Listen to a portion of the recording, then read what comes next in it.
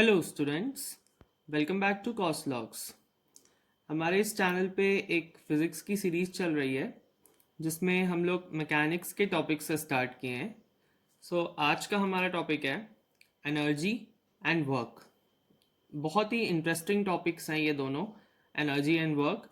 और हम लोग एनर्जी से स्टार्ट करेंगे एंड देन हम देखेंगे कि इन दोनों के बीच में क्या लिंक है और क्या स्पेशलिटी है इन दोनों टॉपिक्स की। एनर्जी के बारे में अगर हम ये कहें कि ये एक बेसिस है साइंस का या एक बेस है साइंस का, तो वी आर करेक्ट। मतलब energy is a base of science, क्योंकि एनर्जी बहुत सारे डिफरेंट डिफरेंट फॉर्म्स में एग्जिस्ट करती है। जैसे हम लोगों ने देखा है, बहुत सारी different energies we can name, like electrical energy we can say, then we can say thermal energy. Thermal energy is what? It's linked to heat. मतलब we know different different sources of energies also. जैसे अगर मैं बोलूँ fuels, then food, then batteries, they all are sources of energy. ये क्या करते हैं, ये एनर्जी को स्टोर करके रखते हैं and they provide work done. दो एग्जांपल्स हम कंसिडर करके चलते हैं, जैसे कि फूड और पेट्रोल। सो फूड और पेट्रोल में दोनों में ही कॉमन क्या है कि ये दोनों एनर्जी को स्टोर करके रखते हैं। जस्ट दैट कि हम इनको जहाँ पे भी एज ए इनपुट देंगे तो उनका काम है कि वो ब्रेक डाउन करके या कुछ भी प्रोसेस करके they take out energy from these two things. And food जो है वो ह्यूमंस को एनर्जी प्रोवाइड करता है, पेट्रोल जो है वो रिस्पेक्टिव व्हीकल्स को करता है। हम ये कह सकते हैं कि फूड और पेट्रोल दोनों ही सोर्सेज ऑफ एनर्जी हैं एंड ये दोनों क्या करने वाले हैं, दोनों ही सोर्सेज ऑफ एनर्जी हैं एंड एनर्जी इज ट्रांसफर्ड। जब भी हम लोग ये देते हैं किसी भी पर्टिकुलर को, जैसे ह्यूमंस को दिए फूड या पेट्रोल दिए व्हीकल्स को, उस केस में energy is transferred. And physics की लैंग्वेज में देखा जाए तो जब भी एनर्जी ट्रांसफर होगी तो उसी केस में वर्क डन होगा। इसको अभी हम लोग आगे जब वर्क के बारे में पढ़ेंगे तो और अच्छे से समझेंगे। बट जब भी एनर्जी ट्रांसफर होती है तो वर्क डन उसी केस में होगा। मतलब अगर हम ये कहें कि यहाँ पे पेट्रोल ने व्हीकल को एनर्जी ट्रांसफ़र करी है, या उस केस में जो पेट्रोल की स्टोर्ड एनर्जी थी, स्टोर्ड एनर्जी के लिए हम लोग एक वर्ड यूज़ करते हैं, इसको भी अभी हम डिस्कस करेंगे। स्टोर्ड एनर्जी में हम लोग वर्ड यूज़ करते हैं पोटेंशियल। इसको भी मैं अभी एक अच्छे एग्जाम्पल से बता दूंगा। पोटेंशियल एनर्जी पेट्रोल में स्टोर्ड थी जो उसने व्हीकल्स को प्रोवाइड करा दी, and what happened, we got our work done. Okay, बहुत इंटरेस्टिंग चीज़ है एनर्जी और वर्क में, दोनों की जो क्वांटिटी है वो स्केलर है, दोनों ही स्केलर क्वांटिटीज़ के होते हैं एंड दोनों की जो यूनिट्स हैं वो भी सेम है, जूल्स। नाउ इसमें एक डाउट आता है कि दोनों की यूनिट सेम क्यों है। बेसिकली दोनों एक ही चीज़ें हैं, बस एक फॉर्म से ट्रांसफ़र हो जा रहे हैं। मतलब जैसे अगर किसी बॉडी में एनर्जी स्टोर्ड है तभी वो वर्क कर पाएगा। उसने क्या किया, अपनी एनर्जी को ट्रांसफ़र कर दिया एंड वर्क को एकम्प्लिश कर लिया। ये जस्ट एक दूसरे में ट्रांसफ़र होते हैं, मतलब एक फॉर्म से कन्वर्ट होते हैं। जैसे एक पर्सन ने मान लीजिए ब्रिक्स को लिफ्ट किया है, कुछ ईंटों को अपने सर पे रख के वो लिफ्ट करके फर्स्ट फ्लोर तक ले गया है, तो दैट वाज वर्क डन। लेकिन उसमें उसने कहाँ से कैसे किया वो वर्क, जो उसके पास एनर्जी स्टोर्ड थी वो यूज़ करी। एनर्जी ही कन्वर्ट हुई वर्क में, तो इसलिए दोनों जो हैं वो सेम यूनिट्स होते हैं, that is joules. Now potential को एक अच्छे एग्जांपल से समझ लेते हैं। जैसे हम लोग वर्ड यूज़ करते हैं, सपोज हम बोलते हैं ये एक्टर है एंड ही और she is a good actor actress, और इनके पास अच्छा पोटेंशियल है। ओके, अच्छा पोटेंशियल है। देन हम यूज़ करते हैं क्रिकेटर्स के लिए, एक्टर्स हो गए, क्रिकेटर्स हो गए। इनफैक्ट मैं तो कहूँगा बुक में भी अच्छा पोटेंशियल है। अगर मैं बोल रहा हूँ तो मतलब कि जिस पर्सन ने उस बुक को पढ़ा है तो उसको बहुत अच्छी नॉलेज मिलने वाली है उससे। Potential is basically storage of something. तो जैसे अगर हम बोलते हैं कि एक एक्टर में अच्छा पोटेंशियल है, मतलब उसके में एक्टिंग की स्किल्स अच्छी मिलने वाली हैं। क्रिकेटर के पास क्रिकेट खेलने की बहुत अच्छी स्किल्स होंगी, तभी हम कहेंगे कि ये एक पोटेंशियल क्रिकेटर है। वैसे ही बुक्स में अगर बुक का कंटेंट अच्छा है तो जो उसका रीडर है उसको बहुत अच्छी नॉलेज मिलने वाली है, तो book is called to be potential.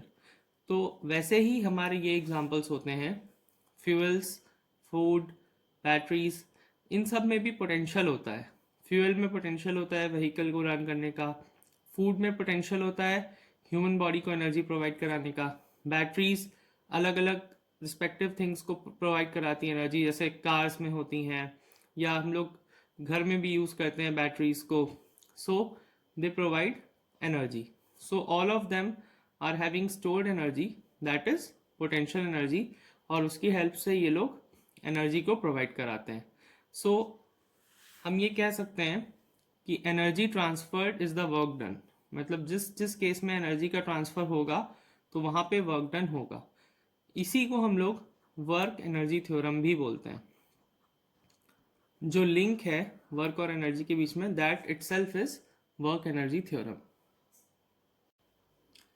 सो जैसा कि हमने डिस्कस किया कि एनर्जी जब जब ट्रांसफ़र होगी तो वर्क डन होगा, तो वो हमने एनर्जी के पॉइंट ऑफ व्यू से देखा था। अब हम वर्क के बारे में स्पेशली डिस्कशन कर लेते हैं। So work is done when force moves, मतलब जिस केस में हमने फोर्स अप्लाई किया है और वो किसी चीज़ को मूव करा पा रहा है, मतलब force is capable of creating a movement, तो उस केस में work is said to be done in science.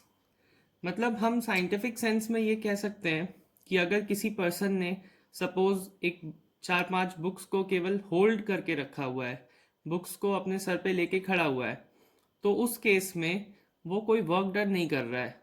Holding में कोई भी वर्क डन नहीं है साइंटिफिक सेंस में। ऑल्दो हम एफर्ट्स लगा रहे हैं, हम बुक्स को अपने सर पे रखे हैं तो हम कुछ एनर्जी स्पेंड कर रहे हैं, बट साइंटिफिक सेंस में वो वर्क में काउंट नहीं होता है। एंड ये मेरे हिसाब से डेली लाइफ में भी ट्रू है। लेट्स से कि हमको कोई वर्क स्टार्ट करना है, सपोज हमको एक्सरसाइज स्टार्ट करना है। अब हम केवल ये थॉट होल्ड करके रखें कि हम लोग एक्सरसाइज स्टार्ट करेंगे करेंगे, मतलब we are just holding the thought. So what will happen, क्या हमारी बॉडी पे कोई असर आएगा? नहीं। जब तक हम मूव नहीं करेंगे, मतलब जब तक हम मूव नहीं करेंगे या एक्सरसाइज स्टार्ट नहीं करेंगे, तब तक हमारी बॉडी पे कोई असर नहीं आने वाला है। तो साइंटिफिक सेंस में भी वही है, जब तक हम होल्ड करके रखे हैं तब तक नो इफेक्ट। एंड जैसे ही हमने मूवमेंट स्टार्ट किया, मतलब हमने जो फोर्स लगाया है वो सक्सेसफुल मूवमेंट कर पा रहा है, तो उस केस में work is said to be done. अब इसका हम साइंटिफिक वे में अकाउंट कैसे लेते हैं? जो अमाउंट ऑफ वर्क है वो फोर्स इंटू डिस्टेंस मूव्ड से आता है, फोर्स इंटू डिस्टेंस मूव्ड से।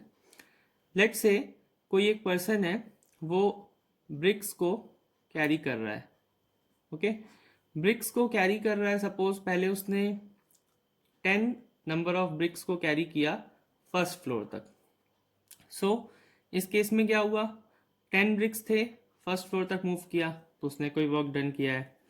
अब लेट से कि जो 10 ब्रिक्स थे वो चेंज होके 20 हो गए, तो अब पर्सन को फोर्स ज़्यादा लगाना पड़ेगा, क्योंकि जो ब्रिक्स हैं वो बढ़ गए हैं, तो उस केस में जो एनर्जी उसको लगेगी वो ज़्यादा लगेगी।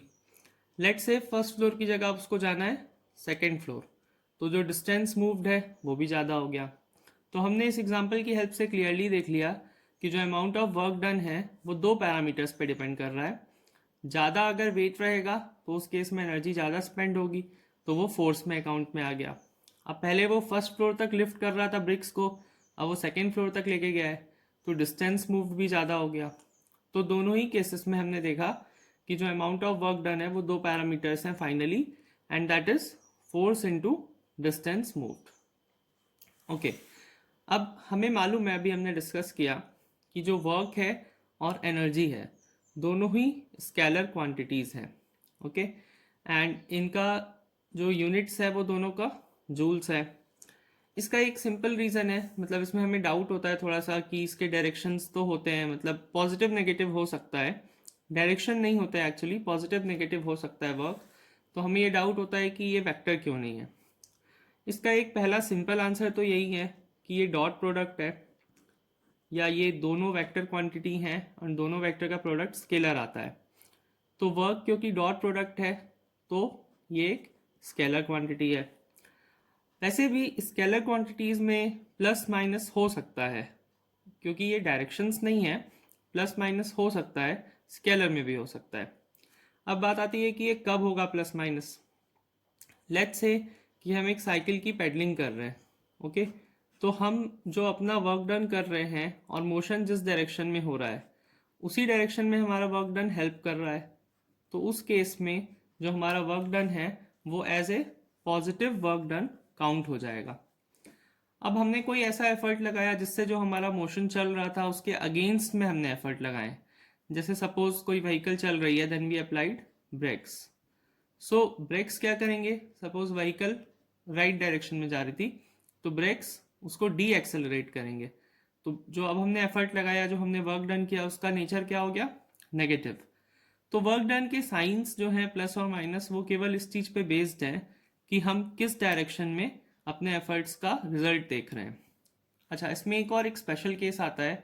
एक केस में वर्क डन ज़ीरो भी रहता है जब फोर्स और डिस्प्लेसमेंट दोनों के बीच में जो एंगल है वो 90 डिग्री अगर हो जाए, क्योंकि हमें मालूम है cos 90 की वैल्यू क्या हो जाती है, ज़ीरो। सो अगर फोर्स और डिस्प्लेसमेंट के बीच का एंगल 90 डिग्री है तो उस केस में वर्क डन ज़ीरो होने वाला है। जैसे कि कुली जब लिफ्ट करता है वेट को तो वो स्ट्रेट बिल्कुल उसको अपने सर के ऊपर रखता है, तो वहाँ पे जो एंगल बनता है वो 90 डिग्री बनता है। सो कुली का जो वर्क डन वेट पे है, या जो ट्रॉलीज होती हैं, जो बैग्स होते हैं, उस पे जो वर्क डन उसका है वो ज़ीरो हो जाता है और उसके जो एफर्ट्स हैं वो बहुत कम लगते हैं। मतलब ये एक एफिशिएंट टेक्निक होती है वेट को लिफ्ट करने की। सो आई होप आपको ये वर्क और एनर्जी दोनों टॉपिक्स अच्छे से क्लियर हुए होंगे।